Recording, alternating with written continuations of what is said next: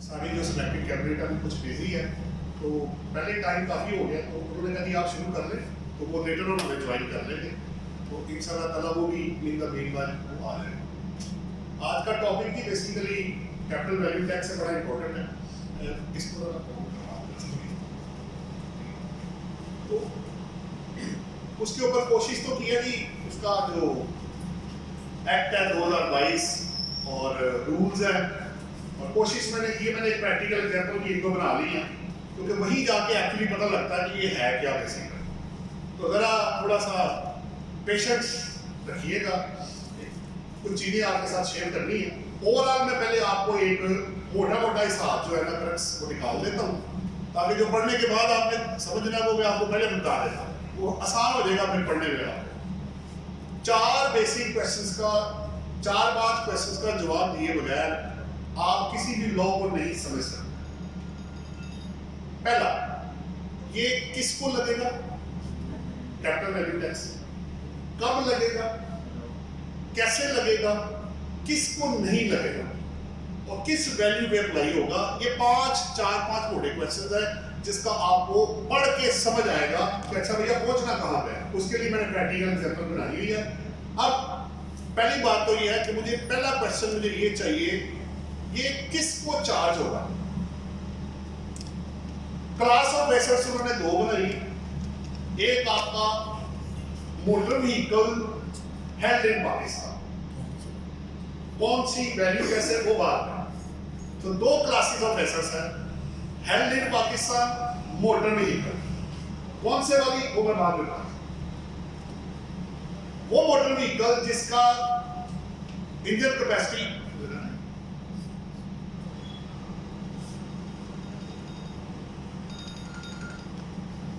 मुझे ना पानी का वेट ज्यादा देते हैं और देर पानी का। सो पहला question, motor vehicles held in Pakistan, दूसरे एसेट्स फॉरेन एसेट्स।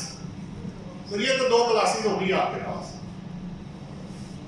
किन एसेट्स पे लगना है capital value tax, motor vehicles held in Pakistan, otherwise और कोई एसेट नहीं है पाकिस्तान का, सिर्फ मोटर व्हीकल, वो भी वो वाली जो कि 1300 सीसी से ज्यादा होगी, और वो जो आपको पता है आजकल इलेक्ट्रिक वाली आ रही है, तो 50 kWh से जो ज्यादा वॉट की होगी गाड़ी ज्यादा होगी उसको। अगर आप इंटर से खोलो,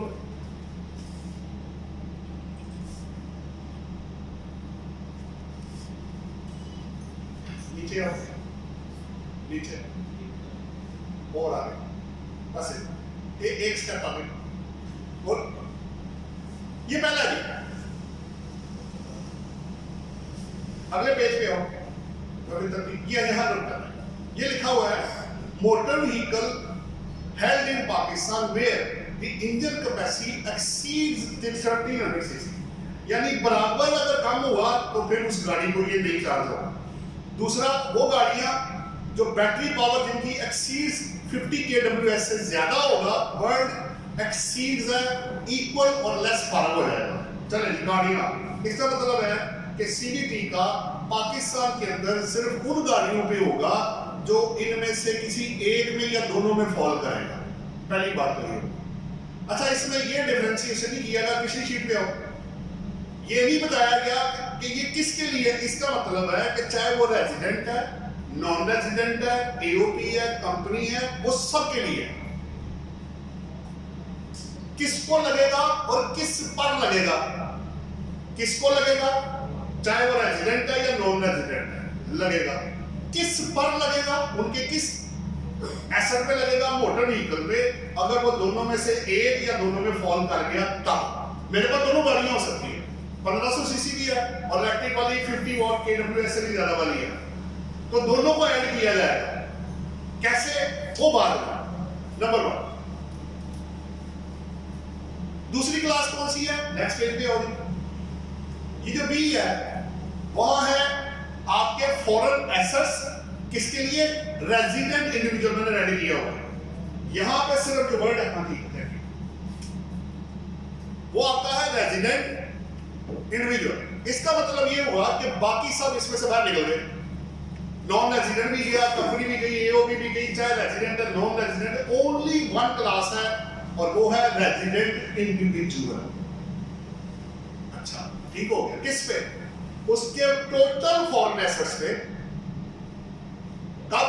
जब वो 100 मिलियन से, फिर वर्ड एग्रीगेट है, एक्सीड्स मैंने रेड किया हुआ है, उधर भी एक्सीड था इधर भी एक्सीड है, यानी 100 मिलियन से ज्यादा अगर आपके फॉरेन एसेट्स की वैल्यू हो जाती है, यानी बराबर या कम, उसको नहीं लगेगा। तो पहला क्वेश्चन ये है कि क्या मेरे टैक्स पेयर या किसी भी टैक्स पेयर को ये लगता है, क्या वो इसमें फॉल करता है? दूसरा, फिर उसके किस एसेट पे ये चार्ज होगा, क्या उसके पास ये है, क्या वो इसकी क्लास में फॉल करता है? दो बातें। तीसरा उन्होंने ये भी कहा है कि अगर फेडरल गवर्नमेंट कल को नोटिफिकेशन के थ्रू कोई और क्लास ऑफ एसेट या एसेट ले आती है तो उस पे भी चार्ज होगा, लेकिन उस पे मैक्सिमम रेट उन्होंने 5% रखा हुआ है जब लगेगा। अभी ऐसा कोई नोटिफिकेशन नहीं है और ना उसमें कोई एसेट उन्होंने और कोई बताया, अभी ये ए और बी चल रहे हैं। तो मुझे ये समझ आ गई कि मुझे ये दो कंडीशन मेट करनी है, क्लास ऑफ पर्सन और क्लास ऑफ ट्रांजैक्शन या क्लास ऑफ एसेट जो है, पहले मुझे उसके अंदर आना है। दो बेसिक क्वेश्चन आ गए। अब तीसरा क्वेश्चन, ये किस वैल्यू पे चार्ज होगा? ठीक है, तरतीब मैं आपको सारी कराऊंगा, अभी मैं आपका माइंड मेकअप कर रहा हूं। किसको लगा, किस एसेट पे लगा और उसकी वैल्यू कैसे निकालनी। पहले रेट कर लेते हैं आसान। जो भी वैल्यू हम निकालेंगे इसके अंदर मैं आपको बताऊंगा उसका 1%। क्या रेट है जी? 1%। चाहे वो मोटर व्हीकल, चाहे वो फॉरेन एसेट्स है। अगर आप इसके अंदर आ गए तो निकालो नहीं, ऊपर जाके ऊपर वाली शीट में क्लिक करो, एसेट ऊपर आओ, ऊपर। ये जो एंड में फर्स्ट रूल दिया हुआ है 13 के बाद देखो नीचे इसके लिंक को क्लिक करो, ये आपके सामने है। Motor vehicle mentioned in clause A of sub section 2, अभी जो गाड़ियां आपको दिखाई 1%, और foreign assets held abroad mentioned in clause B of sub section 2 1%। और तीसरा क्या है, अगर ये कल को एसेट्स कोई और आ गए तो उसमें उन्होंने लिखा है कि 5%, ये नहीं कहा कि 5% होगा, 5% से ज्यादा नहीं होगा, वो 1 भी हो सकता है, 1 से लेके 5 के अंदर कोई भी हो सकता है, लेकिन वो जब आएगा तब बात करेंगे, आज नहीं है। हो सकता है उसका भी रेट 1% ही हो जाए अगर वो आ गया। चलिए ये बात हो गई। अब आ जाओ इसकी वैल्यू पे, क्लिक करो ऊपर फर्स्ट रूल पे, पीछे आओ, ये 3 जो सीरियल है ना, इसको क्लिक करो, ये आपकी वैल्यू। अब मैंने कहा जी मैं अगर मुझे लगता ही नहीं तो लड़ाई किस बात की है, मैं क्यों बहस करूं आप लोगों के साथ। अगर मुझे लग गया ठीक है तो मुझे वैल्यू भी बतानी पड़ेगी। वो वैल्यू कैसे आएगी, अब उसकी बात होने लगी। देखिए गाड़ियों का क्रक्स निकाल देता हूं, गाड़ी मैं कैसे ले सकता हूं, इंपोर्ट कर सकता हूं, ऑक्शन में ले सकता हूं, मैन्युफैक्चरर या असेंबलर से नई गाड़ी परचेज कर सकता हूं, या मैं जो ऑलरेडी ओल्ड गाड़ी है उससे परचेज करूं। चौथे के अलावा एक और भी है, वो मैं बाद में ऐड करूंगा। आपको अगर विरासत में, गिफ्ट में या डेथ की सूरत में आ जाता है तो वो भी है, अभी उसका इसके अंदर जिक्र नहीं है, वो मैं आपको बाद में ऐड कराऊंगा।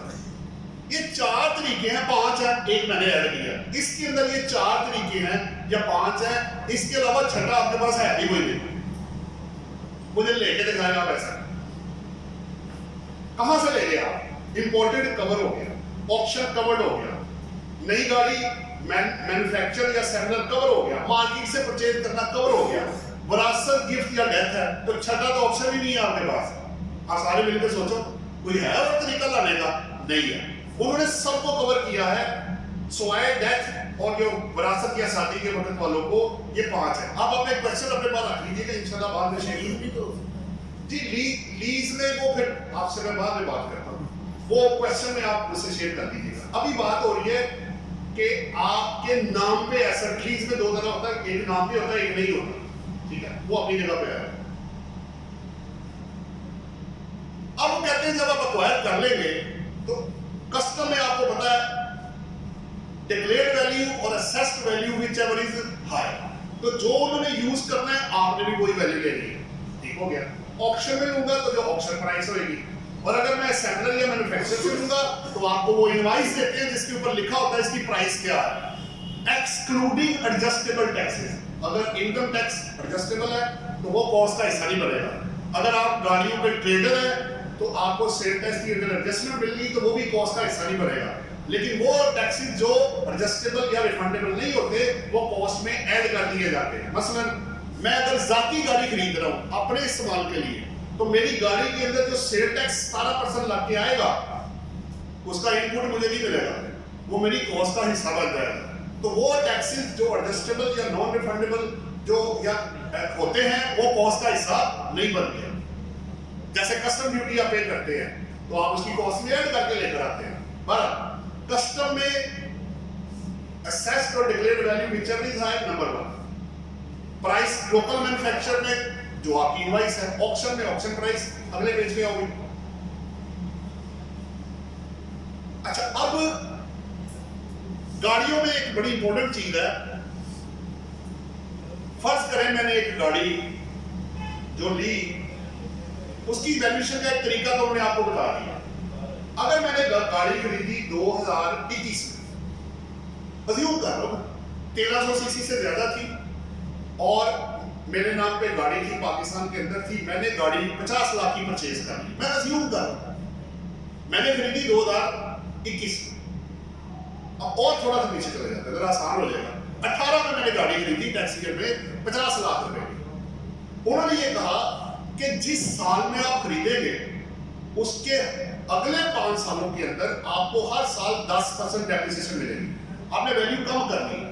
मसलन मैंने खरीदी 50 लाख की, लेकिन जिस साल में खरीदेंगे उस साल में पूरी वैल्यू पे आएगा। अगर लगा तो 1%, मैं आ गया 18 से 18 मेरा गया, 18 में मुझे लग गया 1%। जब मैं 19 में आया तो आपको 10% वैल्यू कम हो गई, यानी आप 20 लाख 50 लाख की गाड़ी में से 10% माइनस कर दें, बाकी रह गया 45 लाख रुपए। अगले साल 45 लाख रुपए। सो करते करते जब 5 साल पूरे हो जाएंगे तो 50% तक का मैक्सिमम माइनस करेंगे और जब आपके ये 6 साल हो जाएंगे तो 7वें साल में इसको सीबीडी चार्ज नहीं होगा। हर साल 10% आप माइनस करते जाएंगे और वैल्यू के ऊपर आप 1% जो है वो पे करेंगे। ये वैल्यू होगी आपकी गाड़ी की। अब अगर मैं पुरानी गाड़ी खरीदता हूं तो आपकी डेट ऑफ परचेज आज शुरू होगी। आज मैंने जो 25 लाख की गाड़ी ली है, फर्ज कर लेते हैं 1300 सीसी से ज्यादा है या 50 kWh से ज्यादा है, तो मुझे उसकी वैल्यू जो इनवॉइस पे जो मैं खरीदूंगा उस मेरे 5 साल अब से शुरू होंगे, यानी 2023। पहले साल में कोई टैक्स नहीं मिलेगी, फिर हर अगले 5 सालों में उन्होंने कहा 10% हर अगले साल में आपने माइनस करना है। ये गाड़ियों की वैल्यूएशन होगी। अब आ गया फॉरेन एसेट्स। फॉरेन एसेट्स में बड़ा सिंपल सा फार्मूला है। उन्होंने ये कहा है कि आपने, ये लिखा भी हुआ है, ये जो सी के आगे जो 1 और 2 है कि total cost of foreign asset है और आपने निकालनी कैसे, बड़ा यूनिक सा तरीका है इसको निकालने का। आपने आज से 5 साल पहले आपने एक अपार्टमेंट खरीदा $5 लाख का, अज्यूम कर रहा हूं मैं। $5 लाख तो वही रहेंगे, उसको रेट जो आपने लगाना है एक्सचेंज रेट वो 30 जून 22 का लगाना है, उसको आप कन्वर्ट करेंगे, फिर उसकी वैल्यू आप चेक करेंगे टोटल एसेट्स की। अगर वो 100 मिलियन से ज्यादा हो गया तो फिर टोटल वैल्यू में आपको 1% जो है चार्ज हो जाएगा। तो दोनों अच्छा, इसमें अब कुछ और भी चीजें वो बाहर में, अभी मैंने आपको वैल्यूएशन के दोनों के तरीके बता दिए, गाड़ियों का भी और आपकी जो फॉरेन एसेट्स है वो भी आपके हाथ। अब पीछे आ जाओ वापस। अब यहां रुक गया।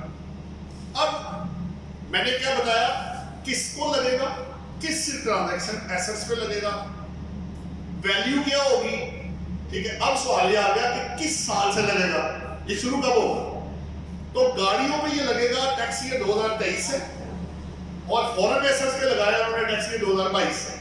इसमें और भी चीजें बाद में, अभी जो इसमें लिखा हुआ है मैं सिर्फ वही शेयर कर रहा हूं आपसे। इसका मतलब है कि 22 के लिए गाड़ियों का इशू नहीं है, उस पर नहीं लगा हुआ CBD as per this law. तो इशू आ गया फॉरेन एसेट्स का और वो शुरू हो गया 2022 से। अब जरा पहले लिंक को क्लिक करो।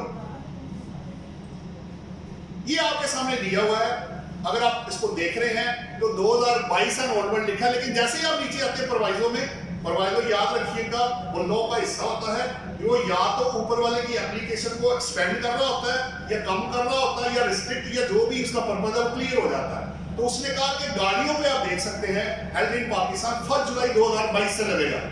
इसका मतलब है कि वो टैक्स ईयर कौन सा हो गया, 2023।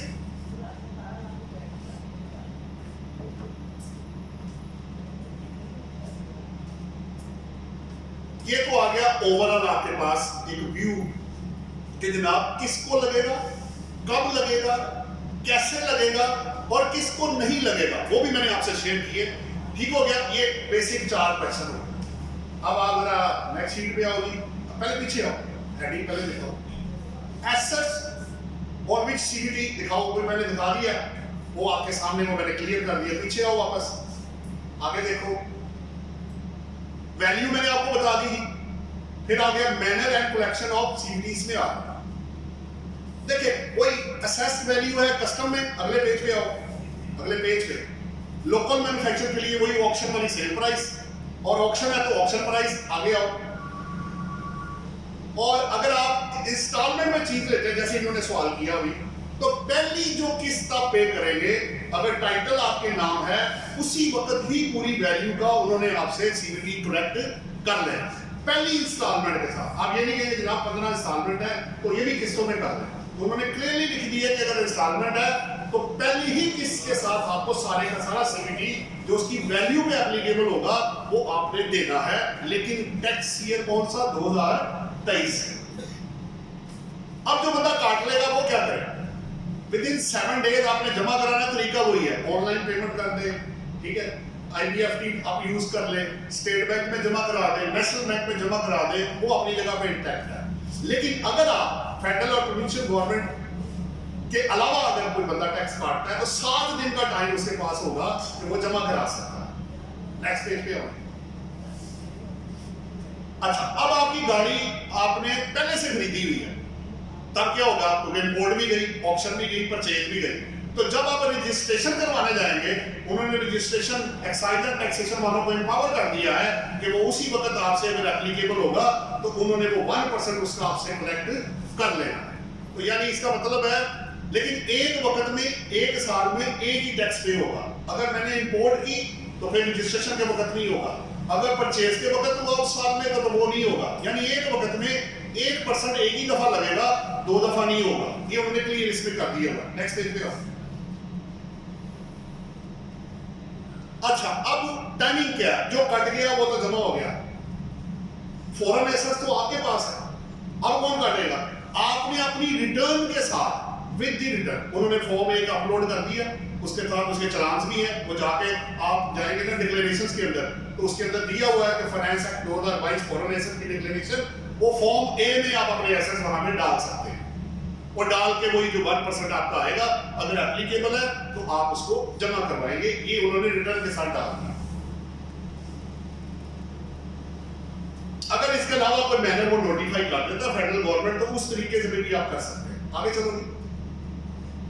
अब ये पैसा जमा होना, देखिए पावर है एक्साइज एंड टैक्सेशन, वो तो सूबे के पास है। जो गाड़ियां कराची में रजिस्टर्ड हो रही है उनका जो प्रोविंस का है वो अलग है, पैसे जाने फेडरल कंसोलिडेटेड फंड के अंदर। ये ना हो कि अपने प्रोविंस वाले बजट में वो डाल दें पैसे वो ले जाए, पैसा जाएगा गाड़ियों का प्रोविंस के थ्रू और आएगा किस फंड में, फेडरल कंसोलिडेटेड फंड में जाएगा पैसा, वो फेडरल के पास आया, क्योंकि लॉ फेडरल गवर्नमेंट ने लगाया है, ये प्रोविंशियल लॉ नहीं है।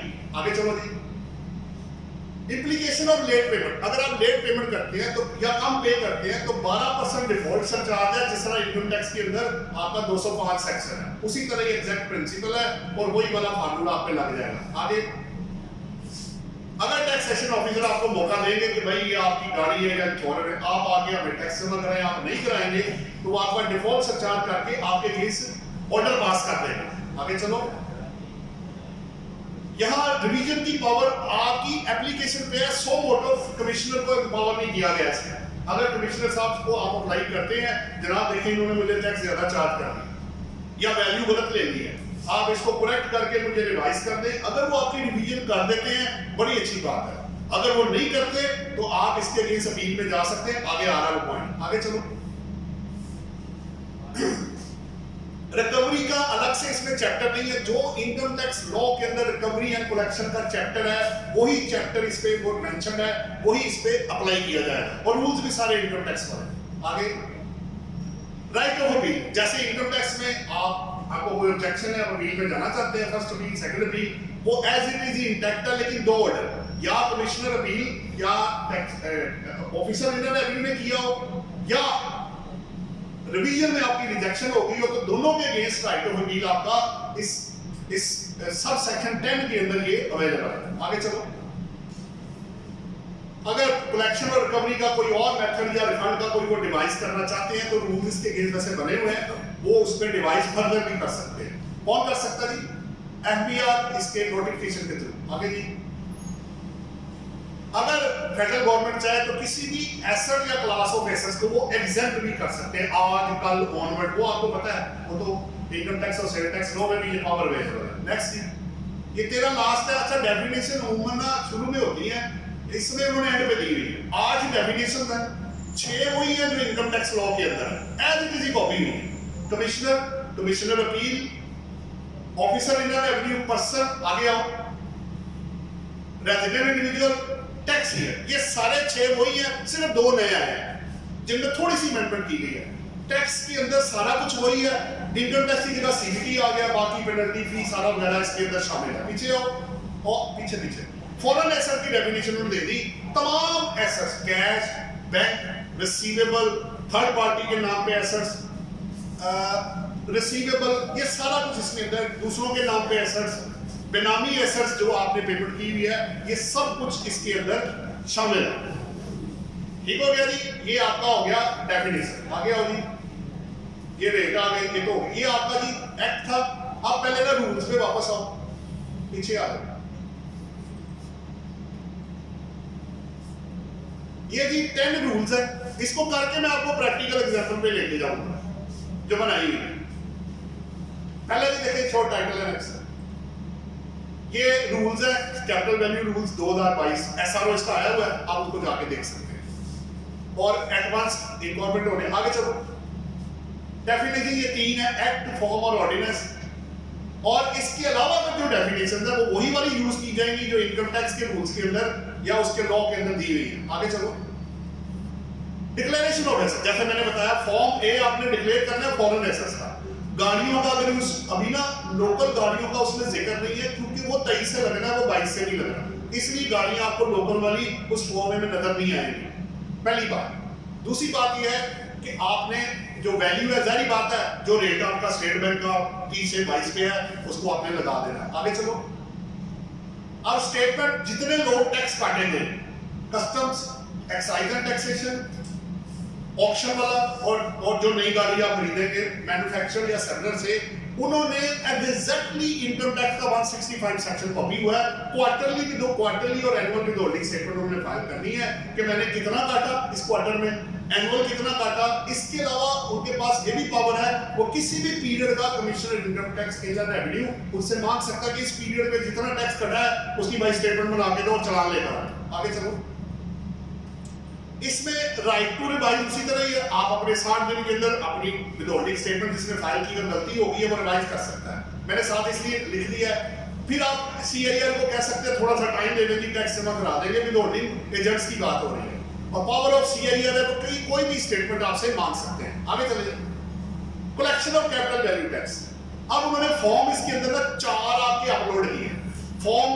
अच्छा ऐसे करो, टॉप वाली शीट पे आओ, इसको क्लिक करो, ये नीचे देखें सबसे एंड पे फॉर्म ए, इससे अभी तक रुक जाओ इधर, ये है declaration of asset form A.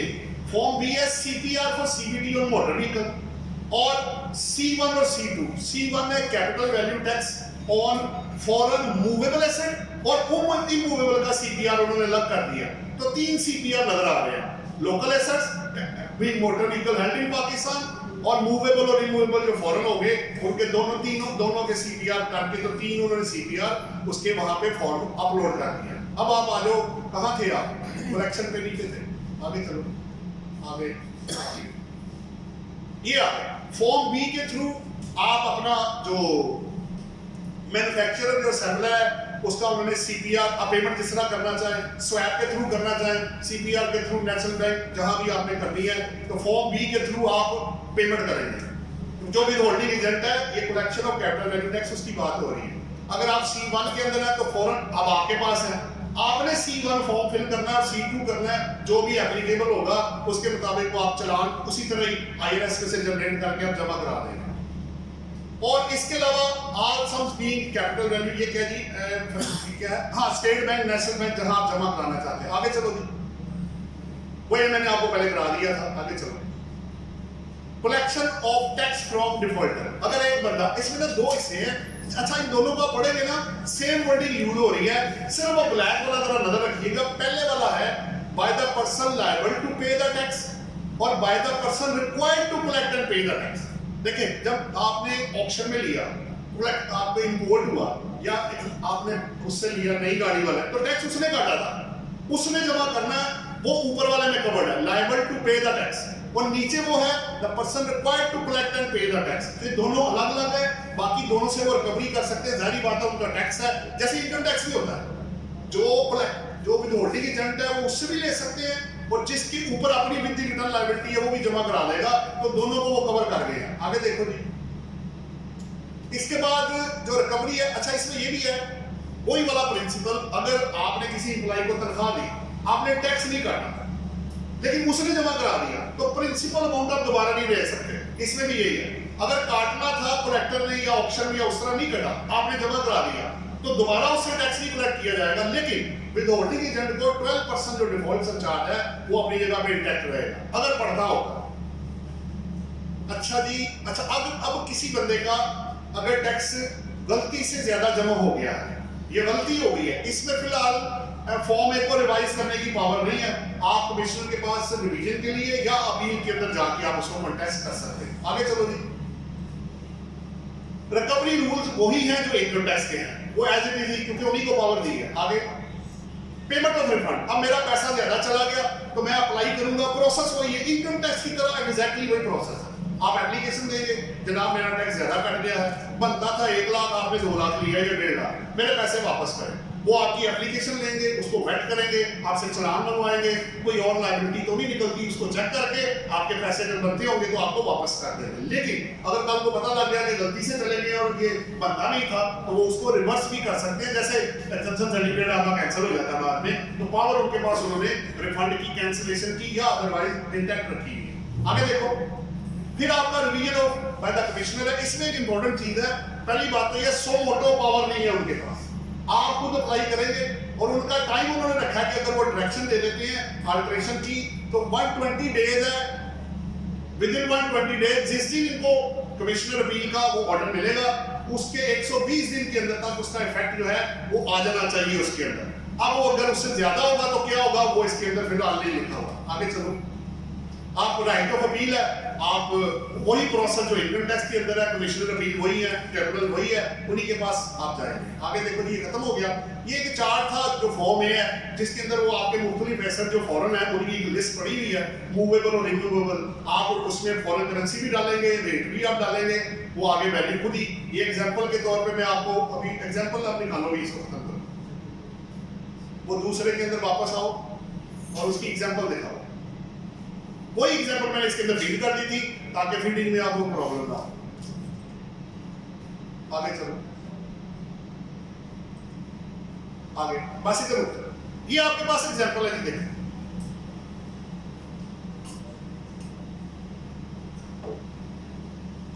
Individual का केस मैंने लिया,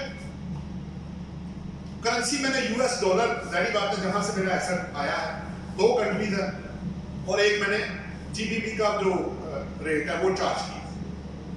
अब पहले 3 केसेस में मैंने क्या किया, रिक्वायरमेंट पहले देख लेते हैं। पहला सवाल ये है कि ये आपने 22 और 23 के लिए मुझे मिस्टर आसन, अगर नॉन रेजिडेंट हो तो क्या होगा, अगर रेजिडेंट हो तो क्या होगा, ये उसके पास 6 एसेट्स हैं, 2 केसेस बनाते हैं। पहला क्या है, तीनों गाड़ियां, आगे कॉस्ट दी हुई है, एफएमवी गिवन है, डेट ऑफ परचेज गिवन है, पर्टिकुलर्स है। पहली गाड़ी आप देख सकते हैं मैंने दी है 10 अगस्त 2017, लेकिन चूंकि ये 1000 सीसी है, 2000 सीसी पे तो ये लगना नहीं है। अच्छा, दूसरी गाड़ी क्या मेरी 1800 सीसी है, ये 1300 सीसी से ज्यादा है। मैंने ली कब 2019, लेकिन वो टैक्स ये 2020 पर है, तो 20 में तो लग गया, लेकिन मैं कैलकुलेट कर रहा हूँ, देखिए गाड़ियों पर लगना 2023 से, तो 20 गुजर गया, 20 में तो मुझे लगना ही है। 21, 22 और 23 में 10% आप ऐड करेंगे, 30% मुझे डिस्काउंट जिसे आप कह लें, डेप्रिसिएशन कह लें, वो माइनस करके जो वैल्यू आएगी उसका 1% होगा। और तीसरा एसेट आप देखिए, मैंने जानबूझ के 50 kWh से ज्यादा डाला है, और वो मैंने लिया 2022 में, 22 यानी 23 में। अब सवाल ये है, अगर टैक्सी अगर ये इसको 10 जनवरी 2022 ले लूं, एक बात कर, तो 22 में तो मुझे कुछ नहीं मिलेगा। 23 में मुझे क्या होगा कि इसका 1% जो होगा वो माइनस हो जाएगा, और बाकी के ऊपर मुझे टैक्स लग जाएगा। हम जरा सोल्यूशन दिखाओ जी नेक्स्ट पेज। ये पहले गाड़ी वाला जी 2023 के लिए, पहली गाड़ी आप देखिए मैंने 0 ली है कर्टस, दूसरे में 38 लाख का 30% मैंने माइनस कर दिया, और चौथे के अंदर मैंने, अगर तो मैंने 23 में ली है तो फिर तो मुझे कुछ नहीं मिलना, सीधा उस वैल्यू का 1% लग जाएगा। अगर वो 1 अक्टूबर 2022 है तो 23 है, अगर वो 10 जनवरी 2022 है तो फिर मुझे 10% मिलेगा। मेरी कंजम्पशन ये है कि आपने 23 में ली है, अगर मैंने 23 में गाड़ी ली तो पूरी वैल्यू के ऊपर मेरा क्या आ जाएगा, 1%। अब सब वैल्यू को ऐड किया, अलग अलग भी कर ले, ऐड करके आप निकाल ले जो भी आएगा, तो आपका 86,600 2023 के लिए motor vehicles held in Pakistan के ऊपर सीवीडी बनेगा। अब दूसरा सवाल यह है कि अगर ये नॉन रेजिडेंट फॉरेन एसेट में क्या होगा, उसको लगना ही नहीं, मैंने कैलकुलेट ही नहीं किया, मैंने कहा भाई वो तो है ही नहीं उसके ऊपर। जब आपने नॉन रेजिडेंट का आपने लिखा रेजिडेंट इंडिविजुअल, इसका मतलब है नॉन रेजिडेंट उसमें से बाहर निकल गया, बल्कि कंपनी और एओपी भी बाहर निकल गया वहां से। तो इस पहले क्वेश्चन में सिर्फ गाड़ियों के ऊपर लग रहा है, क्योंकि वो रेजिडेंट और नॉन रेजिडेंट दोनों के ऊपर एप्लीकेबल है, और वो 2023 से। अब 22 हो या 23 हो, फिलहाल नॉन रेजिडेंट के ऊपर ये टैक्स चार्ज नहीं हो रहा। अच्छा, बात करते हैं अगले पेज पे होगी। अब आ गया सवाल रेजिडेंट के लिए किया, गाड़ियां तो उसी तरह ही है, गाड़ियों की वैल्यूएशन दोनों के लिए सेम है। अब आ गई बारी कि अगर मेरे पास, अगर आप क्वेश्चन पे आना वापस, यहाँ अब पहली गाड़ी, पहला अपार्टमेंट है जी चौथे नंबर पे, वो मैंने लिया 3 लाख का पाउंड का, और उसकी एफएमवी आगे गिवन है। अब 3 लाख पाउंड है, इसको रेट ऊपर मैंने दिया हुआ है, वो यूएस डॉलर का भी 30 जून का और पाउंड का भी 220 है जी यूएस डॉलर का, और 240 है पाउंड का। अब ये पाउंड है, 3 लाख को मल्टीप्लाई करना है 240 से, देखो जी आगे चलो सोल्यूशन अगले पेज, वो मैंने 240 लगा दिया। अब पीछे वापस आओ, दूसरा दिखाओ, पीछे ये यहाँ। अब एग्री लैंड मैंने ली, वो कॉस्ट इज नॉट अवेलेबल, ये मैंने जानबूझ के ये बनाया। लॉ ये कह रहा है कि अगर तो आपको कॉस्ट पता है तो ठीक है, अगर नहीं पता तो फिर आपको फेयर मार्केट वैल्यू लेनी पड़ेगी। मैंने 5 लाख उठाया, आगे चलो, उसको मल्टीप्लाई कर दिया 220 से, पीछे आओ। बाकी अदर फॉरेन एसेट्स, इसके अलावा वो मेरे पास यूएस डॉलर में 2 लाख में मैंने इन्वेस्ट किया हुआ है, आगे देखो जी रेट उसको उसी तरह 220 का लगा के टोटल मैंने किया, तो मेरे भर गए 226 मिलियन के फॉरेन एसेट्स, और उसका वैल्यू कितनी आ गया, 1% आपके पास उसका टैक्स मैंने 22,60,000 पे, क्योंकि ये 100 मिलियन से ज्यादा है। अब जेब में रखिएगा 100 मिलियन अगर ज्यादा हुआ तो 100 मिलियन माइनस नहीं होगा, वो टोटल के ऊपर लेगा, वो फीड भी करेंगे तो टोटल में उठा रहा है, और कॉन्सेप्ट भी पीछे यही है। आप पीछे वापस आओ, इसकी टॉप शीट के ऊपर आओ, ऊपर क्लिक करो इसको, और अच्छा जी आपके ये कवर हो गए, फर्स्ट शेड्यूल भी हो गया, रूल्स भी हो गए, प्रैक्टिकल एग्जांपल भी होगी। ये फर्दर क्वेश्चन के लिंक को क्लिक करो, ये मैं कर लूं तो फिर मैं हाउस ओपन कर दूंगा, आप मुझसे क्वेश्चन कर लीजिएगा।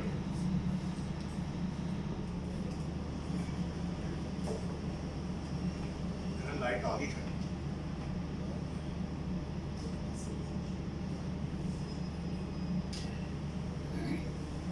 ये मैंने कुछ सेपरेट पॉइंट्स बनाए हैं for such sake of knowledge upgradation. उसके बाद आप जो भी फिर आपके क्वेश्चन होंगे इंशाल्लाह ताला उसको कोशिश करेंगे एंटरटेन करने। पहला आपके सामने आ गई स्क्रीन, इसको 2 मिनट लग जाएंगे।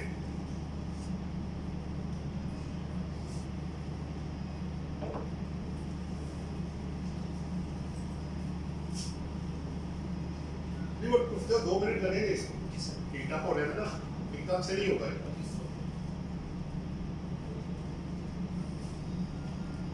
चले मैं शुरू करता हूं, आपको सभी कभी नजर भी आ जाएगी। पहला पार्ट क्या है, सवाल ये रेज हुआ क्या ये नेक्स्ट ईयर में भी चार्ज होना है? तो बिल्कुल एप्लीकेबल, वो आपको पता लगेगा जब वैल्यूएशन का तरीका आपने बताया उससे, और प्लस पहले सब सेक्शन में कहा था 2022 एंड ऑनवर्ड, तो ये दोनों इस चीज को प्रूव कर रहे हैं कि ये वन टाइम नहीं है, आगे जाके भी लगेगा। नंबर 2 आपको नजर आ रहा है इसमें। अब सवाल आ गया, अगर मुझे विरासत में और शादी के वक्त या गिफ्ट में एसेट आया है तो उसकी तो कॉस्ट मेरी 0 है। अब आप क्या करेंगे, बड़ा इंटरेस्टिंग पॉइंट है ये। इसकी वैल्यू ली जाएगी 0। क्यों? 0 भी कॉस्ट होती है। अगर आप कॉस्ट डिटरमाइन नहीं कर पाते, देखिए मुझे फ्री मिला है, अगर मुझे फ्री मिला है तो सीबीटी पर्पस के लिए उसकी वैल्यू क्या ली जाएगी? 0, और 0 भी कॉस्ट ही होती है। फिर आप ये नहीं कहेंगे कि डिटरमाइन नहीं हो सकती, बिल्कुल डिटरमाइन हुई है जनाब, मेरी 0 कॉस्ट है, मुझे फ्री मिला है। उस सूरत में ये वाला इसके अंदर शामिल नहीं होगा, वो 0 वैल्यू पे आएगा। तीसरा, मैंने कहा रिवाइज करने की फैसिलिटी फिलहाल इसके अंदर नहीं है। अच्छा, मुझसे एक गलती हो गई, तो 2 ऑप्शन है इसमें ना, सुप्रीम कोर्ट की एक जजमेंट भी है जब आप अपील में जाएंगे। फर्ज करें मेरी सैलरी इनकम थी, मैंने उसे कमीशन में या कमीशन को सैलरी में डाल दिया, तो क्या डिक्लेयर कर देने से लॉ मुझे वो वाला लगेगा जिसको मैंने डिक्लेरेशन की है? नहीं, बिल्कुल ऐसा नहीं है। मसलन मेरी सैलरी पे रेट लगना था 10%, मैंने कमीशन में उसको अज्यूम कर लेता हूं 5% में डाल के फाइनल डिस्चार्ज में निकाल दिया, तो कल को आपको टैक्स एक्चुअल बेस पे चार्ज करना है, ना कि डिक्लेरेशन की बेस पे करना है, प्रोवाइडेड कि आप उसके वेरीफाइबल सपोर्टिंग डॉक्यूमेंट जज के सामने रखेंगे। जनाब ये देखें मेरे ऊपर ये टैक्स लगता है, गलती से डिक्लेरेशन ये हुई है, ये मेरे पास ऐसी कोई चीज नहीं है, तो मुझे खुदारा वही टैक्स लगाया जाए जो कि मेरे ऊपर बनता है। तो वो आपको फेवर देंगे, प्रोवाइडेड कि आप ये प्रूव करेंगे कि जनाब ये वाला बनता है, इसके अलावा मेरे पास और कुछ नहीं है। तो फिर आपको, इसको हम कहते हैं सब्सटेंस ओवर फॉर्म, फिर लीगल फॉर्म ही देखी जाएगी। रियलिटी क्या कहती है, बंदा तनख्वाहदार है जनाब, इसको 10% लगना था, इसने 20% पे डाल दिया, या 20 लगना था तो 10 कर दिया है। ये it may go on either side, ये आपकी फेवर में भी जा सकता है और आपके अगेंस्ट भी हो सकता है। देखिए टैक्स बढ़े या कम हो वो बात की बात है, वो बाद में देखा जाएगा। अच्छा, इसमें चौथा पॉइंट ये है, इसमें किसी ने सवाल किया लायबिलिटीज का जिक्र नहीं किया आपने। अगर मैं एक ऐसा लोन लेकर क्रिएट करता हूं तो क्या होगा? तो माजरत के साथ इसमें लोन की डिडक्शन का कॉन्सेप्ट नहीं है, वो फॉरेन एसेट जो आपने लेने हैं ना, वो लायबिलिटीज को लेस किए बगैर। पांचवा, इसमें एक पर्सन की डेफिनेशन भी है, वो विद होल्डिंग एजेंट पर्पस के लिए है। जो चार्जेबिलिटी है उसके अंदर जो सेक्शन 2, जो सब सेक्शन 2 है, उसमें वर्ड है रेजिडेंट इंडिविजुअल, उसमें कंपनी और एओपी जो ना शामिल कर दीजिएगा। 6 डेफिनेशन आखिरी में है, और आखिरी क्या है जी कि सीबीटी के अंदर एक जो कंफ्लिक्ट जिसे मैं कह रहा हूं, आपस में क्लैश आ रहा है। आपने मोटर व्हीकल को 23 से लगाया और फॉरेन एसेट्स को 22 में लगा दिया, तो क्यों ये कुछ रैशनैलिटी, क्यों आप ऐसे कर रहे हैं? मुझे समझ नहीं आ रही ये क्या करना चाह रहे हैं। यार देखे ना, जैसे सुपर टैक्स में हाई कोर्ट की जजमेंट है, सिंध हाई कोर्ट की, कि आप पास्ट और क्लोज ट्रांजैक्शंस को बैक डेट पे जाके टैक्स चार्ज नहीं कर सकते, हो नहीं सकता। सुपर टैक्स आपका इसी बेस पे उन्होंने आल्दो के उसमें लिखा हुआ क्लियरली कि आप 22 के लिए super tax null and void हो चुका है, कॉन्स्टिट्यूशनली वो नहीं चार्ज हो सकता, सिंध हाई कोर्ट की जजमेंट है क्लियरली। तो फिर ये कैसे लग गया? अब मुझे पूरा साल पता ही नहीं था कि मुझे तीनों टैक्सेस, आपको पता है बजट में भी सेमिनार किए हैं, सुपर टैक्स, सीबीटी और डीम्ड इनकम, तीनों ही बाद में है और लगे पीछे है, लगे 22 को। भाई उस बंदे को पता ही नहीं था जनाब, मेरे माजरत के साथ, उस बंदे को पता ही नहीं पूरा साल में क्या होगा, वो कहां से इतने पैसे लेके आएगा? आपने अंदर भी लगा दिया, बाहर भी लगा दिया, तो थोड़ा सा इसको रैशनलाइज कर ले। हम ये नहीं कहते कि ना चार्ज करें, लेकिन तरीके के साथ चार्ज कर ले, ज्यादा बेहतर हो जाएगा। ये मेरे कुछ फाइनेंस एक्ट था, आपका रूल्स थे, एग्जांपल थी, फर्दर डिस्कशन थी। हाँ, एक और पॉइंट है इसमें, वो जरा जजमेंट वाला जो है वो मैं आपको शेयर कर देता हूँ। सिंध हाई कोर्ट की ना, इसमें इस स्लाइड्स के अंदर मैंने एक जजमेंट डाली हुई है, वो आपकी शेयरिंग पर्पस के लिए है। उन्होंने ये कहा है सिंध हाई कोर्ट में कि जो सीबीटी है वो फेडरल गवर्नमेंट के पास कॉन्स्टिट्यूशन में ये पावर है कि वो लोगों को लगा सकती है। अब यहाँ 2 क्वेश्चन बड़े इंपॉर्टेंट है, वो करके मैं क्लोज करूँ। ये उसकी जजमेंट है, कॉपी आप इसके अंदर ही आप ले लीजिएगा, आप अपना एसेट का पार्ट बना लीजिएगा। सवाल अब ये हो रहा है, मैं कहता हूं ठीक है आप चार्ज कर। मेरे सवाल दो हैं आपसे। नंबर 1, क्या एक इनकम पे 2 दफा टैक्स हो सकता है? इन्होंने इसमें फॉरेन सोर्स इनकम का और 2 चीजों का जिक्र किया। लोगों ने कहा नहीं लगना चाहिए। उन्होंने कहा फिर आपने एमनेस्टी कैसे अवेल की थी?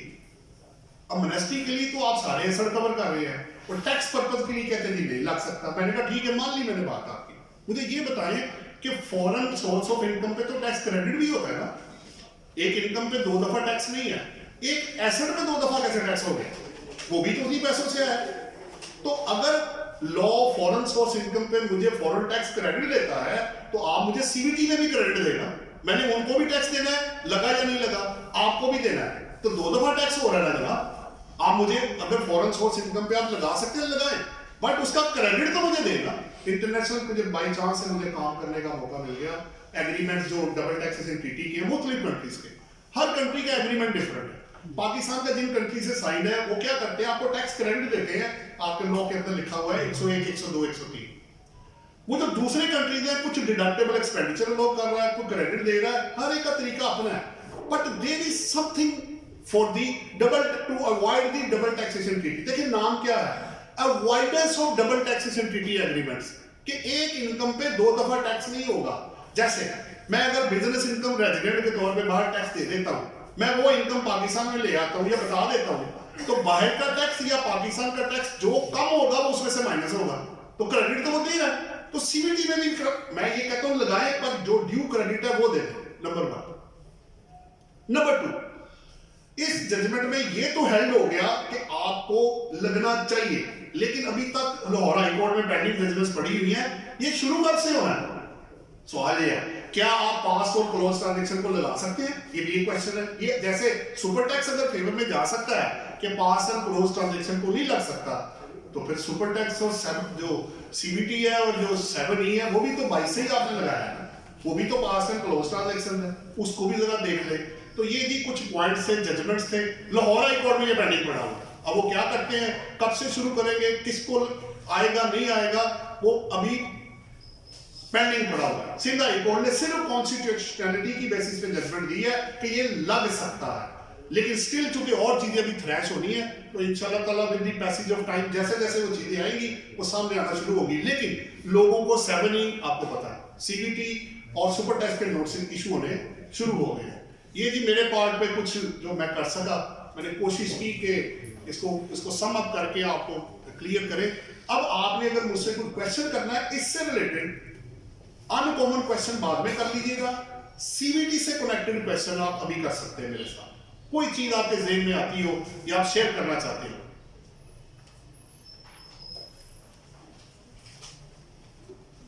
जी एनी क्वेश्चन? तो ये क्लोज है फिर सीवीटी फिलहाल, आप इसको पढ़ लीजिएगा, स्लाइड्स ले लीजिएगा। अच्छा सवाल आ रहा है? जी जी। जो फॉरेन एसेट डिक्लेयर्ड है, उनकी जो प्रॉपर्टी इनकम वहाँ से जो रेंटल जो आ रही है वो हम डिक्लेयर कर देते हैं। जी जी जी। तो उस पर फिर सीवीटी किस तरीके से चार्ज किया है? अगर रेंटल इनकम उन्होंने यहाँ पे जब डिक्लेयर डाल दी है तो ये नॉर्मल है, यानी कि फाइनल नहीं है, वो चार्जेबल है, तो उसको किस तरीके से? देखिए दो चीजें मुख्तलिफ हैं। एक ये है कि इनकम में अगर आपने यहाँ डिक्लेयर की है, एक इनकम टैक्स का क्वेश्चन ये है कि बाहर का अगर आप रेजिडेंट पर्सन है जी, रेजिडेंट, और वहां से जो रेंटल इनकम आई है वो नॉर्मल टैक्स जी में आपको पता है इसको कवर्ड है। तो बाहर जो आपने टैक्स दिया, फर्ज करें मेरी यही इनकम है, मैं पाकिस्तान में ले आया, पता लगा कि वहां मैंने 1 लाख रुपया जमा कराया है, अज्यूम कर, पाकिस्तान में जब आया डिडक्शन माइनस की तो पता लगा यहाँ पे बढ़ गया 1.5 लाख रुपए, तो 50,000 आपको और जमा कराना है। अब मैं उल्टा कर देता हूँ, यहाँ लायबिलिटी 50 है, उधर 1 लाख है, ठीक है, तो आपको 1 लाख ही सिर्फ देना है और आपको कराने की, क्योंकि कम है, जारी बात है। माइनस आप इसलिए नहीं कर सकते कि पेमेंट उनको करके रिफंड पाकिस्तान से नहीं ले सकते। लायबिलिटी ज्यादा बनी तो जमा कराएंगे, रिफंड बना तो आप बराबर कर देंगे, वो जीरो हो जाएगा। ये तो हो गया इनकम टैक्स का। अब जाते हैं सीवीटी के ऊपर। अब आपके उसकी एसेट की पहले वैल्यू निकाली जाएगी, ठीक है, इसके सबसेक्शन 2 के बी के अंदर जाके फॉरेन एसेट के, जिसमें कैश, बैंक, हर चीज शामिल करके उनको पहले फॉरेन करेंसी, जिस मुल्क का जो करेंसी है सामने आ जाएगा, अगर आपके पास एविडेंस है कि इतने का खरीदा वो मुझे दे दे, मैं 30 जून 2022 का उसको रेट लगाऊंगा और उसको टोटल कर दूंगा, और टोटल विदाउट लायबिलिटी के जो आएगा। अच्छा, बड़ा यूनिक सा तरीका है, ये क्यों ऐसे हुआ? अच्छा, क्या ये कॉस्ट है? नहीं, मैंने तो सिर्फ $5 लाख दिए थे, मैंने लिया 100 रुपए के रेट पे, आपने लगा दिया उसको 225 रुपए, तो मेरी तो ये कॉस्ट ही नहीं है। तो क्या ये फेयर मार्केट वैल्यू है? ये फेयर मार्केट वैल्यू भी नहीं है। तो फिर ये क्या है? ये बड़ा अच्छा सवाल था जो मैं अपने आप से पूछ रहा था, भाई ये क्या है? लिखा तो आपने टोटल कॉस्ट हुआ, पर ये कॉस्ट तो है ही नहीं। उन्होंने जब फाइनेंस बिल आया था ना, उस वक्त उन्होंने लिखा था कॉस्ट और FMV which ever is high. तो लोगों ने कहा भाई मर जाएगा बंदा, 5 साल पहले $5 लाख, आज तो वो पहुंच जाएगा किधर का किधर, पता लगेगा वो उतने का खरीदा नहीं जितना टैक्स उसको पड़ जाएगा। तो आपकी मेहरबानी इसको रैशनलाइज करें।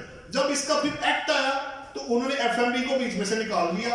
उन्होंने कहा जी डॉलर या फॉरेन करेंसी तो वही होगी जो आपने परचेज किया होगा, रेट आपने 30 जून 2022 का लगाना है। तो ये एक थोड़ी सी प्रोटेक्शन वो लोगों को देंगे, वरना बिल के अंदर तो कुछ और ही था। मैंने अगर एक चीज दी $5,50,000 की, आज वो $4 लाख की, ऊपर से रेट भी 225 का लगना है। आप सोचे कि वैल्यू किधर चली जाएगी? तो वो ना वो कॉस्ट है ना वो एफएमवी है, वो valuation for the purpose of CVT है, बस और कुछ नहीं है। लिखा उन्होंने टोटल कॉस्ट हुआ है उसको। जी किसका सवाल हो रहा था? हाँ जी, तो अब आपकी वो वैल्यू आपने खरीदी फर्ज करें 2 साल पहले, जिस साल में भी परचेज करेंगे आप मुझे कहेंगे जी $1 लाख का, मैंने 1 लाख इधर रखना है, मल्टीप्लाई 2020 का जो ऑफिशियल रेट है आपका स्टेट बैंक का, वो आप गूगल में सर्च करके निकाल सकते हैं, वो मल्टीप्लाई करेंगे। उसके अलावा अगर कोई एसेट होगा तो सारे कन्वर्ट होंगे, उसको आप टोटल करेंगे फॉरेन एसेट्स को जो आपके नाम पे है या इवन दूसरे के नाम पे भी स्टैंड है तो शामिल है इसके अंदर, पेमेंट आपने की होगी, वो 100 मिलियन से अगर ज्यादा हो गया तो उसका 1% आपने स्टेट को फेडरल कंसोलिडेटेड फंड में वो आपको जमा कराना है। मैं कह रहा था कि जो हम वहां से एज अ रेंटल रिसीव कर रहे हैं, तो उसका जवाब पहले दे तो दिया मैंने आपको। रेंटल पे तो वो रेंटल लेस हो जाएगा। रेंटल को पाकिस्तान में टैक्स लगाया जाएगा अगर आप रेजिडेंट हैं। अच्छा, उसमें भी 1-2 चीजें आपके नॉलेज पर्पज की देते रहता हूँ। अगर आप शॉर्ट टर्म रेजिडेंट है या रिटर्निंग एक्सपेट्रिएट है तो सेक्शन 51 और 52 यूज कर लीजिएगा, वहां एग्जम्पशन है। जिस साल में आप आएंगे अगर कंडीशन मेट करते हैं तो उससे अगले 1 साल में आपको इनकम एग्जम्पशन मिल जाएगी अगर आप रिटर्निंग एक्सपेट्रिएट है। लेकिन अगर आप पहले से इधर हैं और इधर ही मौजूद है, आप उसमें नहीं फॉलो करते, ठीक है, तो फिर उस इनकम पे पहले देखिए बाहर का टैक्स या पाकिस्तान का टैक्स, जो कम होगा वो टोटल लायबिलिटी में से माइनस होगा। ठीक हो गया? और रिफंड इसमें होता नहीं क्योंकि पैसे आपने उनको दिए हैं, रिफंड पाकिस्तान से नहीं ले सकते। ये आपको मेरा ख्याल है पूरा हो गया आपका कोई और सवाल तो नहीं है? हेलो आपका चले जी मदरसा साहब बैठे मदरसा साहब बैठ के चले। बैंक्स और फाइनेंशियल इंस्टीट्यूशन जो हैं वो गाड़ियां फाइनेंस करते हैं जो कि उनके अपने नाम पे रजिस्टर होती हैं, कस्टमर के नाम पे नहीं दी जाती। उस पे जो सारा सीवीटी है वो फाइनेंशियल इंस्टीट्यूशन बियर करेगा। ऑब्वियसली वो फिर आपका आपस में कॉन्ट्रैक्ट होगा ना, क्योंकि जिसके हेल्ड इन पाकिस्तान है ना, जो ओनर होगा ऑब्वियसली उसको ही चार्ज की जाएगी। अगर आप कॉस्ट पास ऑन करना चाहते हैं तो आपने क्लाइंट से पहले कॉन्ट्रैक्ट कर ले कि भाई सीवीटी भी आपने देना या उसने देना, या शेयरिंग करनी है। लेकिन टेक्निकली जिसके नाम है तो उसको रहा जी। और उसने वैसे ये भी लिखा हुआ है कि अगर उसके नाम पे चढ़ा हुआ है वो इंस्टॉलमेंट, देखिए 2 तरीके होते हैं। एक में क्या होता है कि टाइटल आप फौरन दे देते हैं, एक में क्या होता है कि टाइटल जब तक फाइनल पेमेंट नहीं होगी उसको टाइटल नहीं मिलता।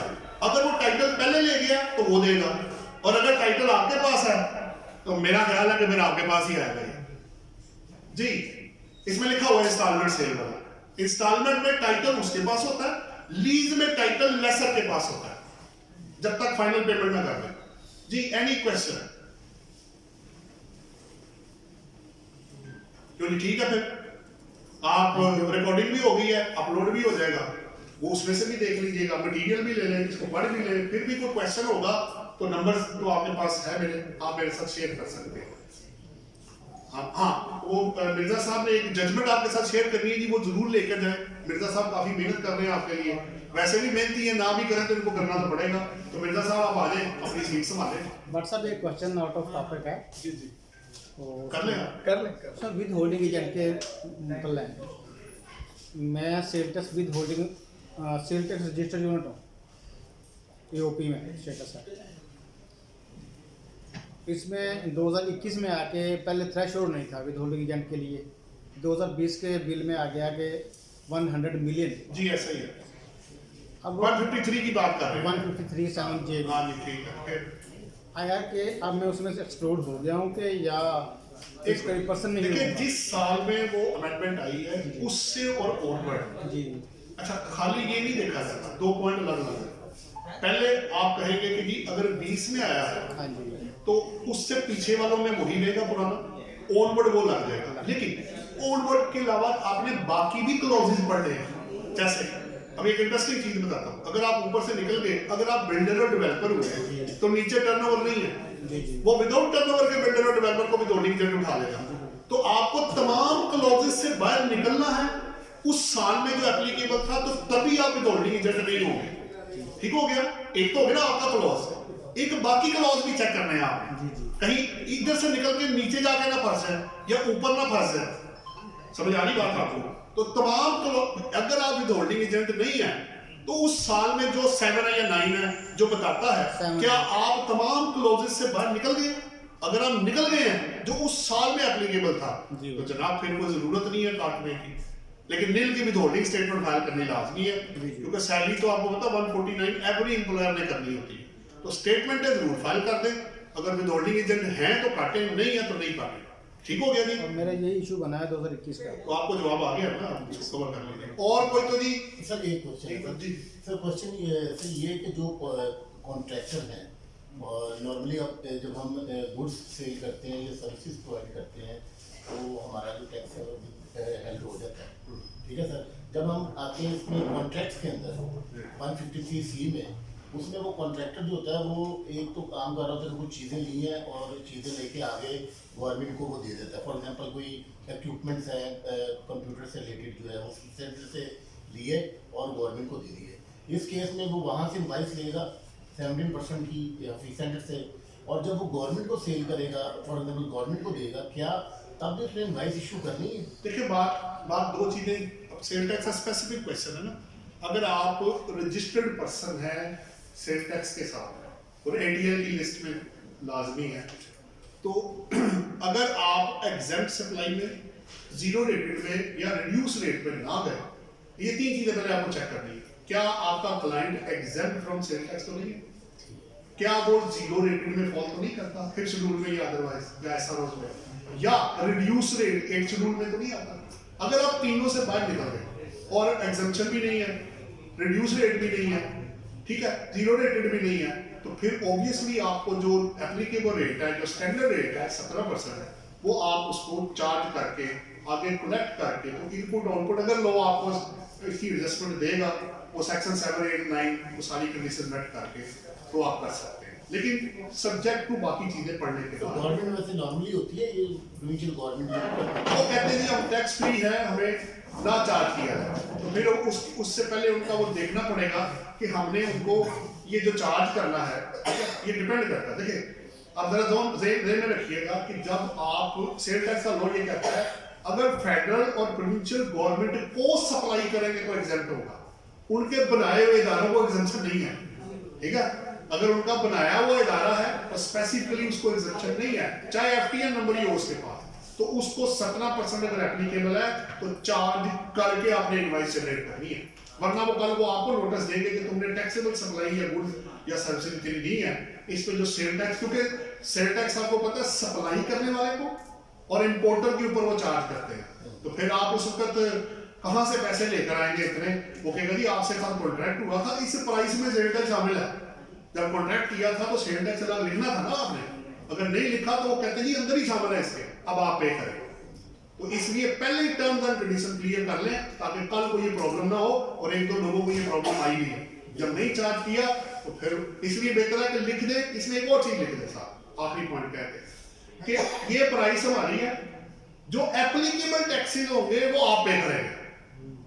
जब भी जैसे एक बंदे ने सप्लाई की उस वक्त एग्जेम्प्ट था, बाद में सेल टैक्स लग गया, तो उसने कहा जी चूंकि एग्जेम्प्ट है तो मैं थोड़ी दूंगा, उसने कहा जी मैंने लिखा था एप्लीकेबल टैक्स है, अब चूंकि हो गया तो मैंने थोड़ी देना, जो फाइनल कंज्यूमर है वही सेल टैक्स पे करता है। बहरहाल वो फिर लिटिगेशन जो भी आपस में वो तय करते हैं ये भी देखना पड़ता है आज एग्जेम्प्ट है, अच्छा आज टैक्सेबल है, कल एग्जेम्प्ट हो गया, फिर आप क्या करेंगे?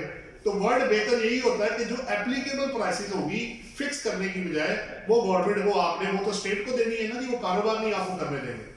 जी एक चीज़ और क्लियर कर दें सर, कॉन्ट्रैक्ट के अंदर जो है वैसे एक तो चीज़ क्लियर है कि गुड्स और सर्विसेज, और कॉन्ट्रैक्ट के अंदर दोनों चीज़ें आ जाती हैं, गुड्स भी आ जाती हैं, सर्विसेज भी। देखिए पता क्या है, इस पे काफी बहस हो चुकी है। पहली बात तो ये कि गुड्स और सर्विसेज की डेफिनेशन सेक्शन 153 के अंदर दी हुई है, नीचे देखेंगे ना आप, उसमें दी हुई है, डिफाइन भी किया हुआ डेफिनेशन। तो मैन्युफैक्चरर भी डिफाइंड है, गुड्स भी डिफाइंड है, सर्विसेज भी डिफाइंड है।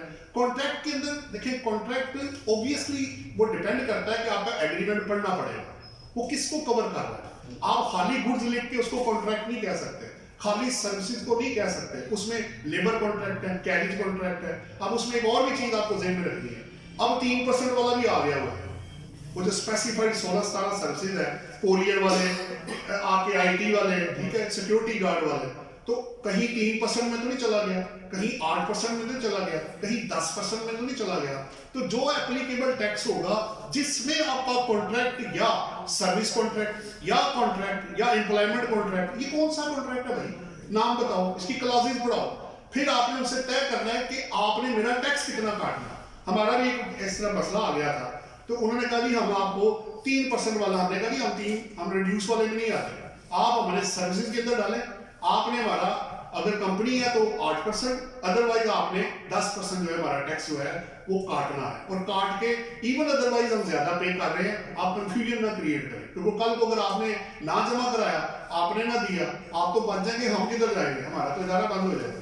तो बेहतर ये देखिए, ज्यादा दे के बाद में कुछ एडजस्टमेंट हो सकती है, तो कम दे के क्या होगा है, फिर प्रॉब्लम क्रिएट होती है। इसलिए जब एग्रीमेंट साइन हो रहा होगा, उसका एक एक क्लॉज, एक एक टर्म्स एंड कंडीशन जो भी अंदर लिखी हुई है, उनमें टैक्सेस को लाजमी क्लियरली कवर करवाएं, अदरवाइज वाले तो फाइनेंशियल साइड भी कवर होगी, प्राइस क्या होगी, और फ्यूचर प्राइस और प्राइस भी फिक्स ना करें।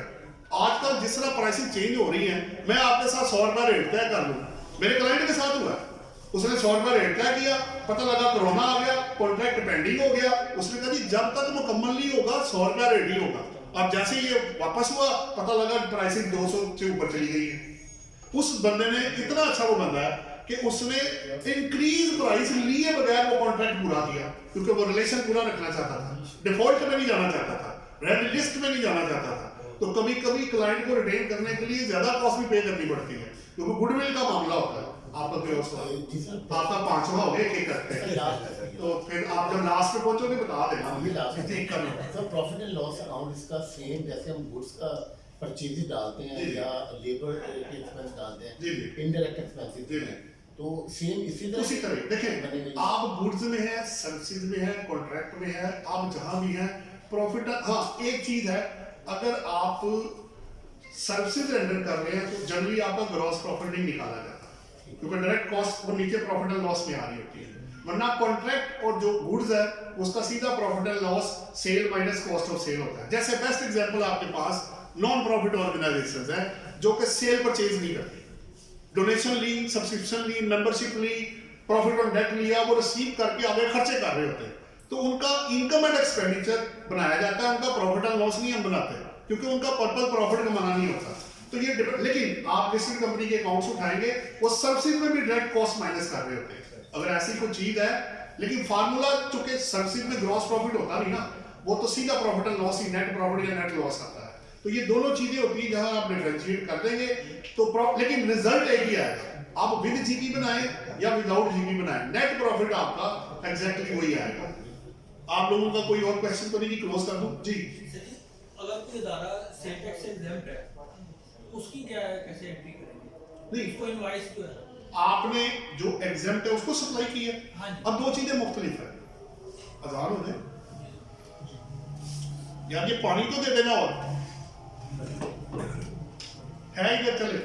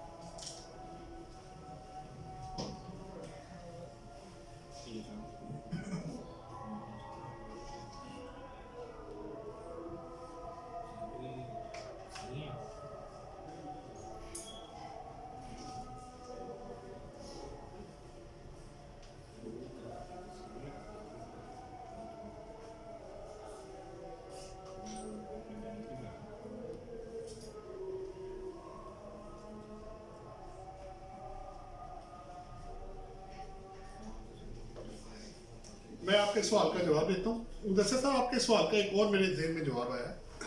अगर आपने वो ऑलरेडी परचेज करके तो फिर उसको दी है, तो फिर आप ऑलरेडी दे चुके हैं, फिर दोबारा नहीं पे करना। एक वक्त में एक वन टाइम ही टैक्स पे होना है, तो आपने भी तो कहीं से खरीदनी होगी ना।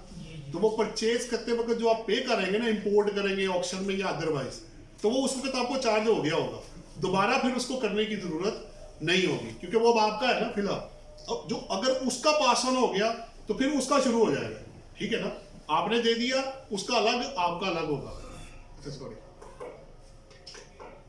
एक सवाल किसका था जी? आपका था। देखिए उसमें पता क्या मैं कहता हूँ, आप मेरा हाल सेल टैक्स के कॉन्टेक्स्ट में ये बात कर रहे हैं, ऐसे ही है, उसी का बात कर रहे हैं।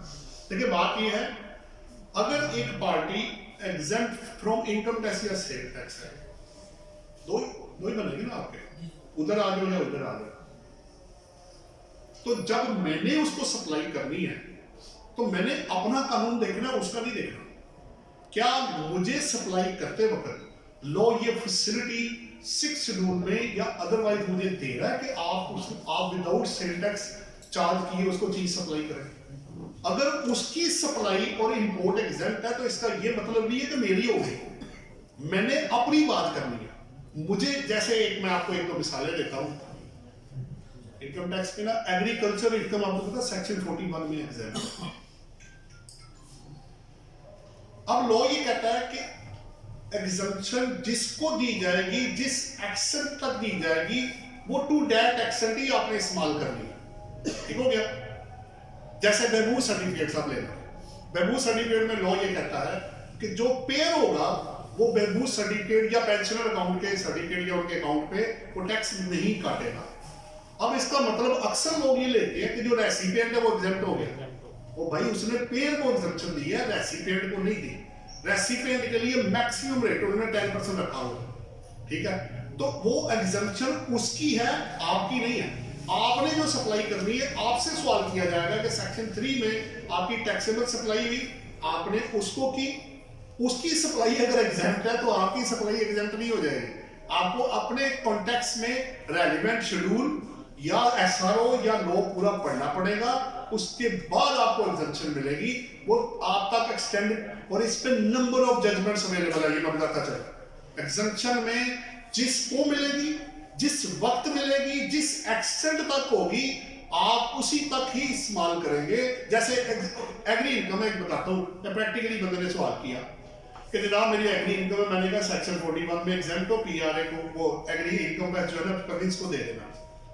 उसने क्या किया, 1-2 बंदे हैं, उसने कहा जी मैंने ना वो कल्टीवेटर था, इससे मैंने चावल खरीदे और मैंने चावल बेच दिए, तो मैं एग्जेम्प्ट हो गया।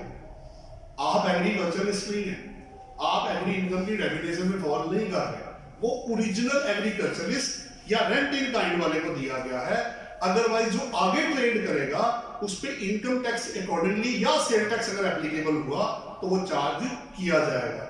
तो जिसको मैंने कहा, जिसको मिलेगी, जिस वक्त मिलेगी और जिस एक्सटेंट तक दी जाएगी, सिर्फ उसी को मिलेगी। एक और मिसाल दे देता हूं आपका सिर्फ विजन ब्रॉड करने के लिए। मेरे पास सीनियर जो सिटीजन आपके हैं, उसके 3 केसेस थे जब वो सीनियर सिटीजन का टैक्स क्रेडिट मिलता। एक बंदे की उम्र 60 साल से ज्यादा होनी चाहिए 1 July of the tax year, और इनकम टैक्सेबल 10 लाख से ज्यादा ना हो। ये दोनों कंडीशन का मेट करेंगे तो आपको 50% का टैक्स क्रेडिट जो मिल जाता है। अब एक बंदे की इनकम 10 लाख के अंदर है, उम्र 60 साल से कम है, नहीं मिला। अच्छा, दूसरे की उम्र 60 साल से ज्यादा है, इनकम 10 से ज्यादा हो गई है, वो भी निकल गया। एक तीसरा आ गया, उसकी इनकम भी 10 लाख से कम थी या बराबर जो भी, और उम्र भी उसकी 60 से ज्यादा थी। एक चौथा भी आ गया। हम समझ रहे थे कि इसको मेट होना चाहिए, वो सिस्टम दे नहीं रहा था। बाद में पता लगा कि इसकी डेट ऑफ बर्थ पीछे प्रोफाइल में सही ऐड नहीं है, वो हमने ऐड करवाई एमएससी देके, अकॉर्डिंगली सिस्टम ने उसका क्रेडिट उसका देना शुरू कर दिया। तो किसको मिलेगा, कब मिलेगा और किस एक्शन तक मिलेगा, ये एग्जम्पशन में law favouring to the department करेगा। उसकी वजह अगर वो इसको ओपन कर दे तो यहाँ तो लाइन लगी होगी, होगा जी उसको दी मुझे भी दे दे, वो कहेगा जी आपने ये कंडीशन या कंडीशन मेट की है तो फिर तो आप ले लें, और अगर नहीं है तो फिर सॉरी टू से आपका मिसकंसेप्शन है, आपने एप्लीकेशन ऑफ लॉ गलत कर दी है, आपको ये टैक्स देना था और अब हमने आपसे कलेक्ट करना है। तो एग्जम्पशन थोड़ा सा इसको इस कॉन्टेक्स्ट में उसकी नहीं अपनी देखें, ये बड़ा जरूरी होगा। और एक और बात, एग्जम्पशन में आपको पता है जिसकी इनकम एग्जेम्प्ट है, जब तक कमिश्नर इनकम टैक्स आपको लिख के नहीं दे देता कि इसका विद होल्डिंग नहीं काटना, तभी आप देंगे ना, मुझे प्रूफ करें ना कि नहीं काटना, क्यों नहीं काटना भैया मैंने। जैसे एनपीओ है, उसकी इनकम एग्जेम्प्ट है, तो क्या उसने तनख्वाह में टैक्स भी नहीं काटना? वो अपनी जगह पे है भाई, विद होल्डिंग या अदर एप्लीकेशन ऑफ लॉ अपनी जगह पे है, और उनकी अपनी इनकम का एग्जेम्प्ट होना, हम खुद एनपीओ के टैक्सेस काट के जमा कराते हैं सैलरी पे। लोगों की तनख्वाह है 6-6 लाख 10-10 20-20 लाख तनख्वाह आ रही है, जमा कराओ भाई। विद होल्डिंग एजेंट आप हैं, इनकम की एग्जम्पशन दी गई है, विद होल्डिंग टैक्स से एग्जम्पशन नहीं दी गई है आपको। ये दोनों चीजें अलग अलग है, इस कॉन्टेक्स्ट में आपको इसको देखना पड़ेगा जी। कोई इससे पहले कि मैं क्लोज करूं, कोई क्वेश्चन हो आपका, क्योंकि मिर्जा साहब ने आपको एक जजमेंट प्रेजेंट करनी है जी। क्लोज करेंगे हम इसको, चल अल्लाह खैर करे, थैंक यू वेरी मच। हाँ जी मिर्जा साहब।